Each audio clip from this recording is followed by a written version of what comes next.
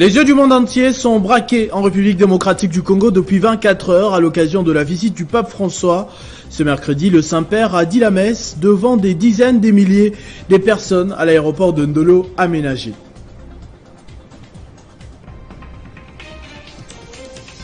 Une visite qui suscite un élan d'espoir auprès de la population.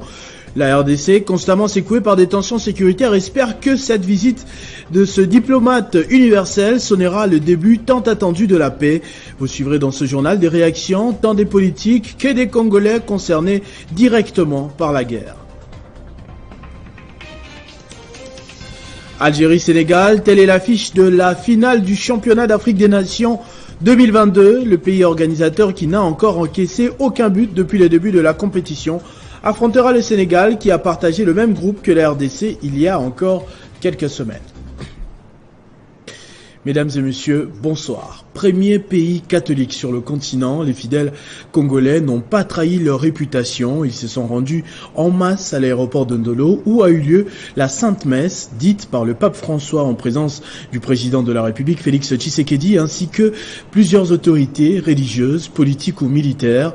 On parle au total d'une moyenne d'1 million de personnes ayant pris part à cet événement. Crâne rasé, cheveux touffus, Borsalino ou encore le légendaire Monieré, les Congolais sous toutes leurs casquettes ont fait les déplacements à l'aéroport de Ndolo pour écouter le message du Saint-Père au cours de ce qui a été dénommé la Sainte Messe. À leur côté, des centaines de milliers de fidèles catholiques du Congo qui ont passé nuit sous la belle étoile pour la plupart avec des cantiques jusqu'aux premières heures de la matinée. Peu de temps après l'arrivée du président de la République et la première dame, le pape François, fidèle à sa papa mobile, en compagnie du cardinal Fridolin Ambongo, a fait son entrée au site de Ndolo et a effectué une ronde d'une bonne dizaine de minutes pour saluer les fidèles installés au soleil qui a été plus que généreux en faveur de l'organisation. Timing parfait, à 9h, les évêques s'installent sur le gigantesque podium et la Sainte Messe commence. D'abord, symboliquement, c'est une jeune femme rescapée des atrocités dans les parties en guerre du pays, Exocénia Kaïsiki, Pato, qui fait office de lectrice. Ainsi parle celui qui est plus haut que tout, lui dont la demeure est éternelle et dont les noms est saint. Ensuite, le pape François, auteur déjà la veille d'un discours fort à l'endroit des dirigeants du monde sur la situation en République démocratique du Congo, s'est étalé sur des questions un peu plus internes. Le pape François a appelé tous les Congolais à mettre l'intérêt de la communauté avant nos propres vanités, à s'occuper des pauvres au lieu de les effacer de notre conscience, a-t-il dit mot pour mot. Il nostro pericolo è seguire lo spirito del mondo anziché quello di Cristo. E qual è la via per non cadere? Prenant la parole, le cardinal Fridolin Ambongo, lui, a évoqué une misère sociale indescriptible et a insisté sur cette année électorale qui devrait se caractériser par de la crédibilité, l'inclusivité et surtout avec des résultats acceptés dans la paix. Et oui, c'était une occasion pour le cardinal Fridolin Ambongo de passer un message sur la situation du pays. Le représentant numéro 1 de l'Église en RDC a dénoncé des conditions de vie misérables pour la majorité de la population et a insisté, comme il l'a dit dans la fin de l'élément précédent, sur des bonnes élections à la fin de l'année. Suivant un extrait de son adresse, ovationné par la population devant le pape François. Salue la présence de votre sainteté à Kinshasa, capitale de la République démocratique du Congo, notre pays. Au nom de l'Église et famille de Dieu, venue cette souffrance injuste, les Congolais demeurent pourtant un peuple confiant et plein d'espérance. Voilà pourquoi la présence réconfortante de votre sainteté au chevet de ce peuple qui souffre constitue un véritable encouragement. Votre visite, très Saint-Père, intervient aussi durant une année électorale qui est souvent une source de tensions sociales et politiques dans notre pays. Avec le message que vous nous avez apporté sur le thème « Tous réconciliés en Jésus-Christ » et confiants dans vos prières, nous espérons voir se tenir dans notre pays des élections libres, transparentes, inclusives et apaisées. Présent à cet événement, quelques politiques ont réagi. Pour la plupart, c'est une occasion en effet de faire passer un message au monde entier pour que cessent les cycles de violence en RDC. Opposition comme majorité espère chacun de son côté qu'il y aura une après-visite papale satisfaisante. À un moment aussi crucial de l'histoire de notre pays, et non seulement une source de réconfort, mais aussi une grâce du Seigneur. C'est Jésus-Christ qui l'a envoyé pour prêcher à son peuple du Congo l'espérance, la paix et la réconciliation. Une pensée particulière na bande qu'on a biso bazali na est na ba province ya Kivu na Ituri boye ba que Pape François amema kabino tango inso na motema na ye. À chaque fois qu'il s'adresse à notre pays, il ne cesse pas d'adresser un message particulier de réconfort et de compassion na mboka wana. J'ai beaucoup apprécié, comme tous les Congolais d'ailleurs, que les papes viennent visiter le Congo, surtout en ce moment-ci, où notre pays est agressé. Voilà, c'est un réconfort, comme l'a dit le cardinal, et surtout le message qu'il nous a apporté, le message de paix. Merci. Pe papa ye tozana esengo mingi pona kimia ekota na mboka na biso boboto bondeko bolingo yango pa lobi na mateya na ye po atei biso lelo. Vous l'aurez certainement remarqué, le plus grand absent de cet événement, c'est bien l'ancien président de la République. Même s'il ne s'est presque jamais présenté à une manifestation officielle depuis la remise reprise de 2019, l'opinion espérait une surprise de la part d'un Joseph Kabila énigmatique. Ce qui est encore plus surprenant, c'est l'absence de son épouse, Olive Lembe Kabila, que l'on sait publiquement fervente croyante catholique. Nous avons tenté de joindre les équipes de communication du couple. Elles accusent un problème dans le protocole. Ils n'auraient jamais obtenu l'invitation ou un badge d'accès, une affirmation que ne nie pas le secrétaire permanent du PPRD, Ferdinand Kambere, que nous avons joint au téléphone. Sans rien affirmer, je pense que certainement il y a une raison légitime qui a dit empêcher cela et que vraiment ça ne relève aucunement d'une mauvaise foi quelconque. Nous avons salué la présence du pape, en tout cas à ce qui concerne notre famille politique. Nous l'avons appuyé, mais que certainement qu'il y a eu une compatibilité de programmes et de protocoles quelque part, parce que ça doit être réglé. Donc, que ce soit les raïs, que ce soit son parti, tout doit être réglé au coupe fin pour que rien ne soit dérangé, surtout pas le programme du pape. Lorsqu'il y a la présence de tel ou tel autre. Il n'y avait pas d'invitation du tout, c'est tout le monde qui était invité. Et nous autres, la plupart de nôtres étaient noyés aussi dans la masse, David. Donc il ne faut pas que les gens commencent à croire que non, il y a eu un plan où on a imaginé qu'il ne faut pas être là. Non, non, non. Parmi les Congolais qui attendent beaucoup de cette visite, l'on compte notamment ceux du Nord Kivu, victimes d'une spirale infernale de violence depuis près de 30 ans. Interrogés par Pacheko Kafundama, notre correspondant dans la région, ils ont dit espérer un retour de la paix tout en regrettant que les papes n'aient pas pu se rendre dans cette région pour des raisons sécuritaires. Nous voulons que sa présence sur le sol congolais soit vraiment une solution au problème des Congolais. Car nous sommes maintenant au bout de notre souffrance. Nous ne savons pas où aller, nous ne savons plus sur quel pied danser et finalement nous sommes comme si nous n'avons plus le droit de vivre. Même s'il n'est pas arrivé au Nord Kivu, pour nous c'est juste un signe fort du fait qu'il est déjà à Kinshasa. Kinshasa fait partie de la République démocratique du Congo, mais on rêvait le voir à Goma parce que son arrivée à Goma veut quand même changer d'autres choses. Il veut visiter les cas des réfugiés, les cas des déplacés, je m'excuse, S'il pouvait le faire, sa prédication, soit la messe, on pouvait le faire du côté des Kibali. N'est-ce pas, il pouvait n'est-ce pas passer là où il y a la population de Rutshuru dans les Chitim, ça pouvait changer quelque chose. Ben, il n'a pas les armes, il n'a que sa prière et sa Bible. Ce que j'attends, moi personnellement, je pense qu'il va mettre aussi cette guerre au cœur de l'actualité pendant 3-4 jours pour que le monde entier, le monde civilisé, se réveille et dit c'est assez. Et quand même, tout le monde se mobilise. Quelques heures après la grande messe, le pape François a rencontré à l'Annonciature, dans un format restreint, les victimes des régions en guerre dans le pays. Des larmes, des témoignages à glacer le sang, des jeunes femmes séquestrées, violées, réduites à l'esclavage. Elles ont assisté aux massacres les plus horribles possibles, donnant raison aux propos la veille du pape François, c'est-à-dire à son arrivée, avant d'appeler les dirigeants du monde entier d'arrêter d'exploiter abusivement la République démocratique du Congo, pays diamant. Toujours et, en tout cas, sans si et sans mais. Non à la violence. Aimer son peuple, ce n'est pas nourrir de haine envers les autres.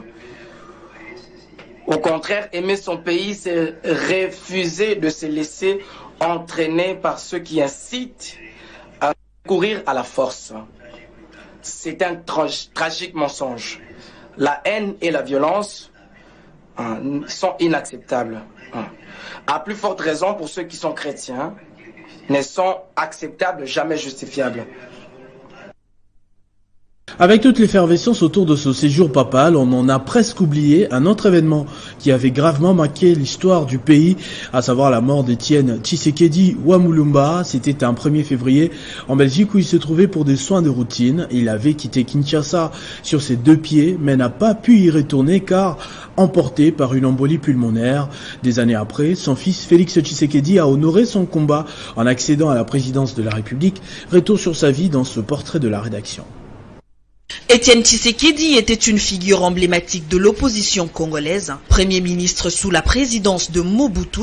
L'homme connaissait bien les arcanes du pouvoir, retour sur les années marquantes de sa carrière politique. Juillet 2016, le retour au pays est triomphal. Étienne Tshisekedi a 83 ans. Il vient de passer près de 2 ans en Belgique pour ce soin. Cet accueil spectaculaire prouve qu'il reste aux yeux de Kinois l'opposant ultime en RDC. Opposant, il ne l'a pas toujours été. Au début des années 1960, il entame sa carrière politique aux côtés de Joseph Désiré Mobutu. En 1965, il devient son premier ministre de l'Intérieur. Les relations entre les deux hommes se dégradent ensuite en 1980, c'est la rupture. En 1996, le régime Mobutu s'émeurt, le maréchal président malade, affaibli, n'exerçait plus le pouvoir, alors que le troupe de Laurent Désiré Kabila s'approche de Kinshasa et prit le pouvoir. Opposant à Kabila père, puis à Kabila fils, il boycotte la présidentielle de 2006. 5 ans plus tard, en 2011, il joue le jeu démocrate et fait activement campagne. À la suite d'un scrutin décrié, Joseph Kabila est une fois de plus proclamé président de la République. Étienne Tshisekedi, très en colère, revendique la victoire et demande à ses partisans de se mobiliser. Vous allez avoir droit à la lecture du programme de gouvernement que nous allons vous lire. Et encore une fois, comme je viens de dire, ensemble, nous nous mettrons à réaliser tous les points figurant dans ces programmes. Depuis lors, il se fera appeler président. Il prêtera même serment chez lui dans sa résidence de Limité à Kinshasa. Mais déjà, la maladie le guette et bientôt ce sera l'exil en Belgique pour des raisons médicales. Après son retour, il prend part au dialogue national mais sous l'égide de la SENCO. Il devait prendre la tête du conseil de suivi de l'accord politique. Cet accord devait mener à des élections en 2017, mais le vieux comme le Kinois, le Congolais l'appelait aussi, n'en aura pas eu le temps. Que son âme repose en paix. Une délégation de la société minière dénommée Kivu Holding Mining KHM SARL, en sigle conduite par son directeur général David Kikouni, a été reçue en audience par la ministre nationale des Mines Antoinette Samba Kalambai. Objectif, présenter à la ministre son plan d'activité après son agrément comme entité de traitement de la catégorie B. Après son agrément comme entité des traitements de la catégorie B, la délégation de la société Kivu Holding Mining, conduite par son directeur général David Kikouni, est venue présenter à la ministre des Mines Antoinette Samba Kalambai son plan d'activité. Au menu de leur échange, le lancement des activités ainsi que la présentation des partenaires potentiels. La guerre que nous en avons à l'Est, c'est la guerre économique. Nous, on a compris les problèmes. Le fait de comprendre les problèmes que nous avons à l'Est, d'abord on avait commencé avec ce qu'on appelle Konekoma. L'objectif pour nous qui était de bien canaliser les produits miniers, que les minerais ne puissent pas encore être fraudés, mais tous doivent être bien canalisés. La ministre qui avait compris et nous avait vraiment bien accompagnés, mais il y a certaines personnes qui n'ont pas compris, qui étaient vraiment corrompues par les fraudeurs, qui ont combattu la structure. C'est pour cette raison qu'on a créé notre société minière qui est la société Kivu Holding Mining. L'objet pour cela, que nous, qu'on achète nos produits, est bien canaliser cela. Que les minerais du Congo doivent prendre des drapeaux congolais, pas les drapeaux d'aucun pays voisin. Aussi, nous venons aussi présenter à Madame la ministre les projets de notre société, qu'on puisse avoir une raffinerie au niveau de Goma. Le chef d'État lui-même ne peut pas tout faire. Chaque Congolais, il a son travail, il a sa part pour aider les chefs de l'État qui puissent réussir l'objectif qu'il a. La ministre des Mines, Antoinette Samba Kalambai, leur a promis son accompagnement pour les redressements du secteur. Plusieurs entrepreneurs évoluant dans différentes provinces et secteurs ont répondu à l'invitation du directeur général de l'autorité de régulation de la sous-traitance dans les secteurs privés, Miguel Katimbe, a tenu à écouter les doléances afin de trouver les solutions qu'il faut. Le numéro 1 de l'ARSP, l'honorable Miguel Katimbe Kachal, a reçu ce jour un jeune entrepreneur en provenance du Congo central. Sous la conduite du directeur provincial de l'ARSP, Jesse Tamiosumbu, directeur général de la société AgroMove, installé en Banzangungu depuis 2017, a saisi l'opportunité pour étaler les résultats de son ingéniosité couplée à son savoir-faire dans le domaine de l'agroalimentation. Il s'agit en effet d'une bouillie appelée Prodige et du vin blanc, fabriqué à base du soja et du blé de sa province, tout en respectant le processus de l'industrialisation requis. Notre produit a séduit plusieurs mondes, notamment la demande qui a augmenté, mais seulement que nous avons reçu des difficultés à satisfaire cette demande. Nous avons une faible capacité de production. Et voilà ce que nous avons présenté comme problème au directeur général qui a promis de nous accompagner avec un financement de $100,000 pour être en compétitif contre les autres produits qui sont déjà sur le marché congolais, quoi. Parmi les besoins exprimés, il y a la sollicitation du financement, ainsi que l'encadrement efficient des activités pour lesquelles le patron de la sous-traitance en RDC a été favorable, afin de permettre à cette société agro-industrielle d'accroître sa capacité de production par le biais du FOGEC.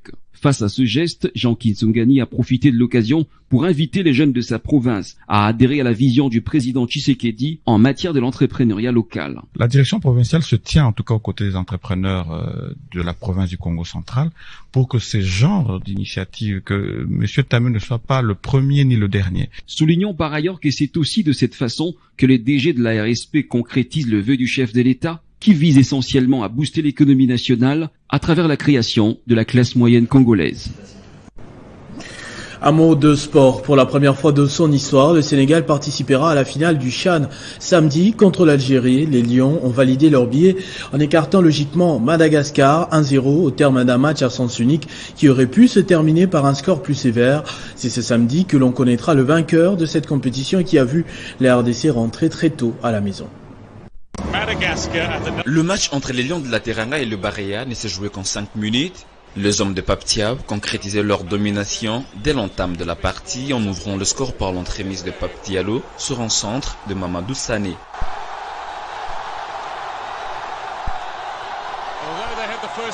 Très impressionnante, depuis le début de la compétition, l'attaque malgache sera muselée par la défense sénégalaise. Dominateur de cette deuxième partie, les Lions de la Teranga ont loupé plusieurs fois l'occasion de faire le break dans ce match. C'est sur le score d'1-0 que le Sénégal va obtenir son ticket pour la finale et va affronter ce samedi l'Algérie. Le pays organisateur a surclassé le Niger au stade d'Oran en lui donnant une manita.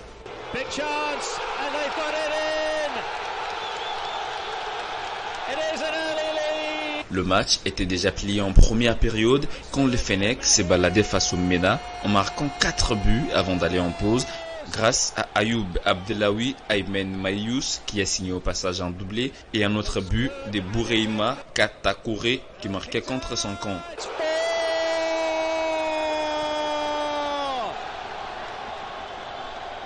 Déjà déboussolé, le Niger ne saura pas revenir dans le match et finira par prendre un 5e but à la 83e minute de jeu.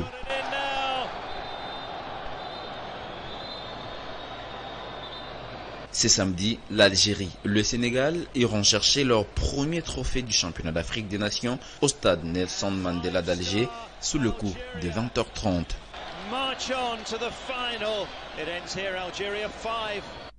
Ce journal est terminé, je vous en rappelle tout de suite les principaux titres.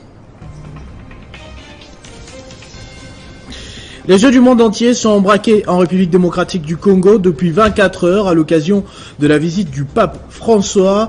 Ce mercredi, le Saint-Père a dit la messe devant des dizaines de milliers de personnes à l'aéroport de Ndolo aménagé. Une visite qui suscite de l'espoir auprès de la population. La RDC, constamment secouée par des tensions sécuritaires, espère que la visite de ce diplomate universel sonnera le début tant attendu de la paix. Vous avez suivi dans ce journal des réactions tant des politiques que des Congolais concernés directement par la guerre.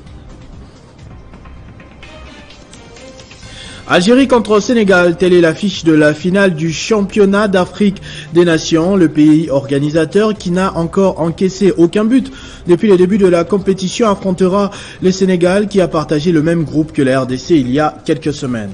À tous et à toutes, merci de votre attention soutenue. Merci également à l'équipe technique qui a rendu possible la réalisation de ce journal. Vivez heureux, vivez 100 ans, mesdames et messieurs.